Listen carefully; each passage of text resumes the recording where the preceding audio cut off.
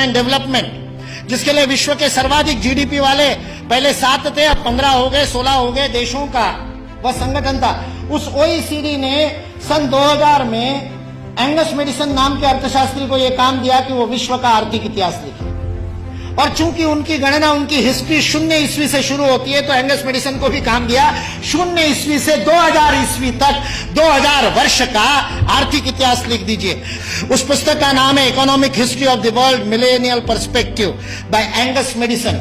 OECD.org इस website से आप डाउनलोड कर सकते हैं। 2000 वर्ष का आर्थिक इतिहास लिखा है एंगस मेडिसन ने। और वह एंगस मेडिसन कहता है कि पहले 1500 वर्ष 0 ईस्वी से लेकर के 1490 तक, 99 तक सारे विश्व के जीडीपी में लगभग 2/3 66% योगदान देने वाला देश कोई था तो वो भारत देश था।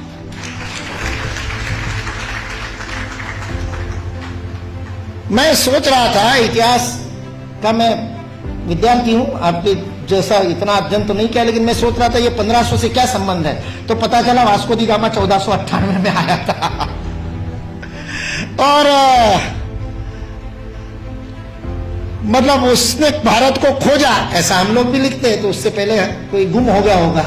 जो गुम हुआ भारत था वो विश्व के 2/3 जीडीपी को प्रोड्यूस करने वाला, और केवल प्रोड्यूस करने वाला नहीं, विश्व को समृद्धि का अवदान देने वाला, वितरण करने वाला। विल ड्यूरांड अमेरिकन इतिहासकार है, 11 खंडों में उसने लिखी है हिस्ट्री ऑफ सिविलाइजेशन। वह विल ड्यूरांड लिखता है सारे विश्व को संपदा का वितरण करने वाला कोई देश होगा तो वह देश भारत देश है। वितरण शब्द प्रयोग किया है, लेन देन नहीं, वितरण करने वाला देश। सारे दुनिया में हमारे व्यापारी जाते थे। वो वास्को दी गामा को भी हमारे ये गुजरात का व्यापारी, वास्को दी गामा ने अपनी डायरी में लिखा है, वो गुजरात का व्यापारी पानी के जहाज लेकर के उसको मिला साउथ अफ्रीका में, उसको तो भारत मिला नहीं था। इसने कहा अच्छा भारत खोज रहे हैं, चलो मैं ले चलता हूं। उसको मसाले भरने थे, इसलिए वो कालीकट गया, इसलिए वास्को दी गामा को कालीकट ले गया, नहीं तो भरूच ले आता गुजरात में। फिर हमारे इतिहास वाले लिखते कि वास्को दी गामा भारत को खोजता खोजता भरूच पहुंच गया। वास्को दी गामा को भारत के व्यापारी कान्हा भाई ने खोजा, मिल गया, और उसको कहते हैं भारत खोज रहे, चल भाई मैं दिखाता हूं, चल मेरे साथ, और साथ में ले। ये वास्को दी गामा ने अपनी डायरी में लिखा है, वो बेईमान नहीं है, उसको छिपा करके इतिहास की किताबें लिखने वाले बेईमान।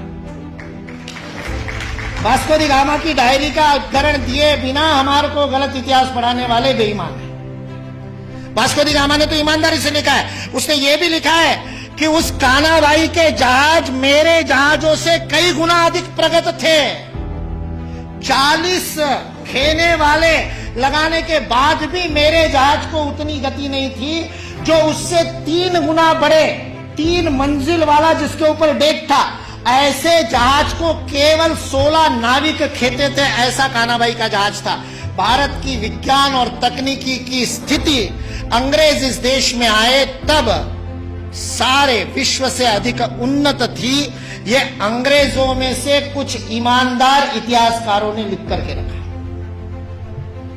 इसलिए जो इस गलत फहमी में है कि अंग्रेज इस देश में नहीं आते तो भारत में तो कोई विज्ञान ही नहीं होता, वो इस बात को समझ ले कि अंग्रेज इस देश में नहीं आते तो केवल भारत का ही नहीं, विश्व का विज्ञान आज है उससे अधिक प्रगत